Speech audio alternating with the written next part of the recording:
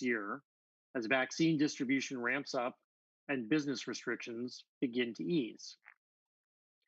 As a result, the entire job landscape looks very different today than it did just a year ago.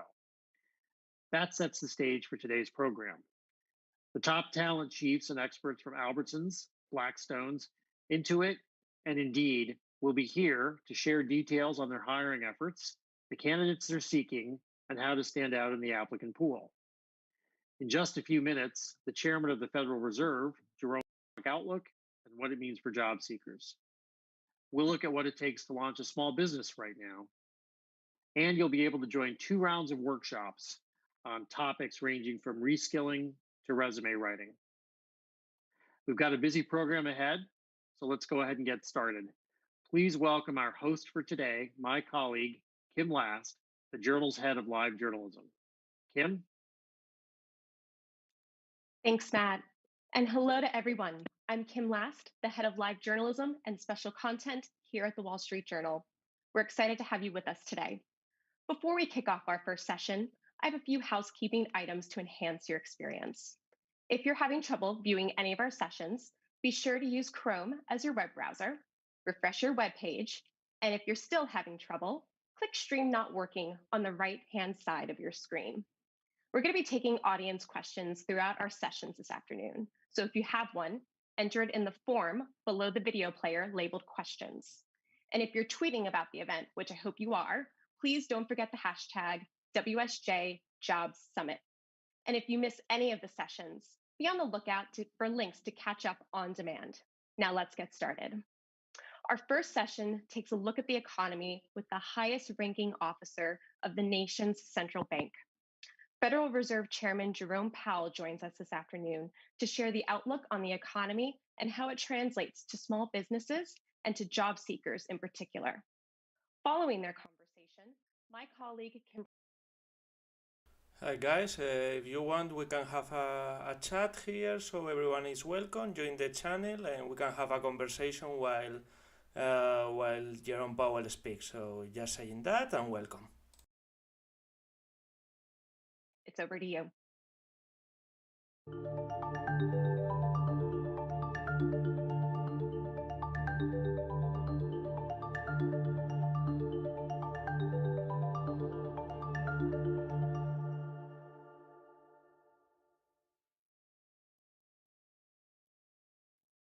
Good afternoon. I'd like to welcome our audiences on Twitter and the WSJ homepage. And of course, thank you to Chair Powell for spending time with us today. We're really excited to have you join us. It's great to be here, Nick. So to start, since December, the outlook has brightened thanks to more vaccinations and the prospect of a lot more government spending. How have these developments changed your outlook for the economy and the labor market? Nick, thanks. It's great to be here today. And if you'll permit me, I actually want to start by noting that today is the birthday of Alice Rivlin, who was one of the real pioneers for women in economics and public policy. Alice would have been 90 years old today. She was vice chair of the Fed, founding head of the Congressional Budget Office, and held many other roles. A great person and a great leader. And I wanted to honor her today here on her birthday. How do I know this, you may wonder? And the reason is because she was a friend and she shared a birthday with my mother, who would have been 95 today. Another person of, 2 women actually, of integrity, intellect, and character. So if you permit me, I will start that way. And now I will respond to your question. So let me start the answer by saying that Congress has given us 2 goals: maximum employment and price stability, and we have tools to achieve those. We're strongly committed to achieving them. Before the pandemic hit, we were very close to those goals. Unemployment was at a 50-year low, jobs were plentiful, wages were moving up, and inflation was also running close to, but a bit below our 2% objective. That was a year ago now. Let's look at where we are today. The economy began to recover last May from the very sharp downturn at the beginning of the pandemic and made good progress through the beginning of the fall, let's say, and then progress slowed sharply overall with the winter COVID spike, which reduced job creation for the last 3 months through January to about 29,000 a month, which is a drop in the bucket for an economy our size. So today, we're still a long way from our goals of maximum employment and inflation averaging 2% over time. More recently, as you point out, we've got rising vaccination, we've got cases at lower levels, we've got strong support from fiscal and monetary policy, and while there's still risks, there's good reason to expect job creation to pick up in coming months. And we need that because we're still 10 million jobs short of where we were. 10 million fewer people are working than were working when the pandemic hit. So it's a lot of ground we have to cover. And those people are mostly in areas that are directly affected by the pandemic. That's service industries, public-facing jobs. I'll also mention inflation since that's the other side of our mandate. We seek inflation that averages 2% over time, and we want that to happen because we want it to average 2% over time. We want inflation expectations to be anchored at 2%, and that's really the goal.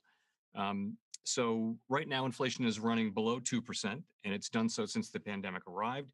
We do expect that as the economy reopens and hopefully picks up, we'll see inflation move up through base effects, which means just that the very low readings of March and April will fall out of the 12-month window, and also through a surge, if you will, in spending that may come as the economy fully reopens, and that could create some upward pressure on prices.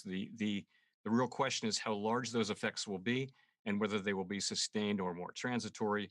And I'll just say that for several decades, the U.S. and the world really economy have been in a low inflation world, and low inflation is what people expect both here and around the world. For those expectations to change, businesses and people would need to believe that larger increases in prices would be repeated year after year. And we think it's unlikely that these deeply ingrained low inflation expectations would suddenly change. It is more likely that effects like the ones I described would be one-time effects as the one-time effects of the fiscal booth fade. We have the tools to assure that longer-run inflation expectations are well anchored at 2%, not materially above or below, and we'll use those tools to achieve that end. So that's my thinking on the economy. So I'll get to inflation in a second, but unemployment, when people are vaccinated, when they're able to go travel and feel comfortable seeing their family again, there could be a big pickup in activity. Does that mean employment could get back to where it was before the pandemic sooner than you previously thought? Well, the answer is I would hope so. So let me tell you how we define maximum employment. People focus on the unemployment rate, but it's really much broader than that, because if you haven't looked for a job in the last 4 weeks, then you're not counted as unemployed. You're counted as out of the labor force. So if you look at those who have left the labor force since the pandemic and also those who are unemployed, then you get a very large number of people who are around the edges of the labor market. And it should be thought of as generally people who want to go back to work. It will take some time to get back to maximum employment. It took us many years to get there before. And that'll really just depend on how strongly the economy picks up once we do get past the pandemic and once economic activity picks up and hiring picks up. Again, there's a lot of ground to cover to get back to what I would call maximum employment. We want to see wages moving up. We'd want to see that the gains in employment are broad-based and that different demographic groups were experiencing it. So we have a high standard for identifying what maximum employment is, and we think it'll take some time to get there. But that is exactly the state we're trying to achieve, and we're trying to achieve it, as quickly as we possibly can. So just because we hit 4% unemployment, for example, if labor force participation was still low relative to where it was last February, does that mean we're not at maximum employment? Yes, I mean we'll look overall at a range of indicators, and certainly the unemployment rate and the labor force participation rate are two key ones. It's actually even broader than that, but certainly labor force. We've had the sharpest drop in labor force participation in many decades coming out of the pandemic, and that just means that there are quite a few people who are technically out of the labor force, but were working in February. So some of them will have retired, but the vast bulk of them actually want to go back to work, but they're not currently looking because perhaps the business where they worked is still temporarily closed or permanently closed. So the answer is yes. 4% would be a nice unemployment rate to get to, but it'll take more than that to get to maximum employment. And do you think we could get there this year? No, I think that's highly unlikely. I think we have significant ground to cover. If you think about it, if you add back in a broader measure of unemployment is about 10 million people. I'm hopeful that we can begin to make good progress again, that hiring will pick up. So as I mentioned, hiring was strong during much of last year after the pandemic, after the critical phase of the pandemic in March and April, but it really slowed down over the winter with a spike in COVID cases. And it hasn't, we don't think it's really picked up much yet. We're looking for that to happen as cases come down, as vaccinations increase. Hasn't happened yet. So I think it's not at all likely it would reach maximum employment this year. I think it's going to take some time to get there. Let's talk about inflation for a second. Between the $900 billion that Congress approved around Christmas and then this $1.9 trillion package Congress is looking at right now, that's some serious spending. And the market has been pushing up longer term interest rates, maybe because it seems to anticipate an unwelcome increase in inflation. Is the market wrong? Well, is the market wrong? That's a pretty broad question, I would say. Maybe to be a little more specific, let me talk about the sort of market pricing, I think is what you're really asking about. So in terms of the bond market, so you're right, bond market rates moved up. And as far as that is concerned, a number of factors are factored into it. But from our perspective, we monitor a broad range of financial conditions, and we think that we're a long way from our goals. We think it's important that financial conditions support the achievement of those goals. And I would be concerned by disorderly conditions in markets or a persistent tightening in financial conditions that threatens the achievement of our goals. I would be concerned if those things were to happen. In terms of the other question tends to be markets reflect an estimate of when we would raise interest rates. And so let me talk about that. That's the other question. So the question is, what would it take for us to want to raise interest rates? Right now, our policy rate is effectively at zero. So we have a new framework, and we're strongly committed to implementing that framework, and we have guidance out to implement that framework. As I mentioned, with rising vaccination and other things happening, fiscal policy support, there's good reason to think that the outlook is becoming more positive at the margin. And in coming months, we could see spending and job creation picking up. So let me talk about the guidance. And by the way, the guidance is always it's outcome based. It's not date based. So we never say, hey, we're going to do this in 18 months or 24 months. It's always when these conditions are fulfilled. So for asset purchases, as you're aware, we say that they'll continue at least at the current level until we achieve substantial further progress toward our goals. That's actual progress, not forecast progress. And as I mentioned, there's good reason to think we'll begin to make more progress soon. But even if that happens, as now seems likely, it will take some time to achieve substantial further progress. For interest rates, to raise interest rates above zero, very simply, we said we'd want to see labor market conditions consistent with our assessment of maximum employment, and that means all of the things that we talked about. We'd want to see inflation sustainably at 2%, and we want to be on track to have inflation run moderately above 2%. So these are highly desirable outcomes that would represent an economy that's very far along the road to recovery, and there's just a lot of ground to cover before we get to that. The last thing I'll say is this, and I want to be clear about this. If we do see, as I mentioned, if we do see what we believe is likely a transitory increase in inflation, where longer-term inflation expectations are broadly stable at levels consistent with our framework and goals, I expect that we will be patient.